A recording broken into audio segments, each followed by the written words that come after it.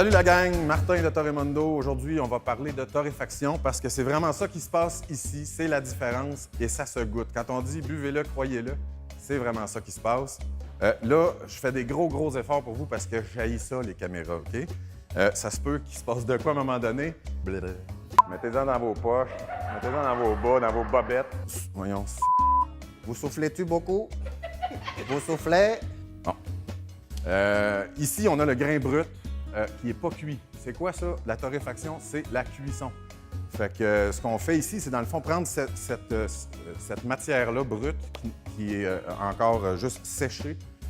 Et ça, je peux garder ça au moins 4 à 5 ans avant que ça soit complètement défraîchi. Donc, il est quand même assez stable. La journée qu'on décide de faire la torréfaction, par contre, c'est là où on n'a seulement que 5 semaines de fraîcheur. Donc, on doit le boire quand même assez rapidement.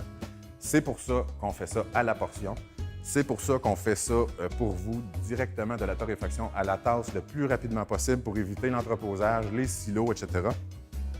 Pour s'assurer que votre café va toujours goûter la même chose à partir de la journée 1. Ici, c'est la première étape. On commence ici, on vous accueille, on vous prend en charge, on vous suggère des mélanges selon le type de boisson que vous allez me dire comment vous le buvez.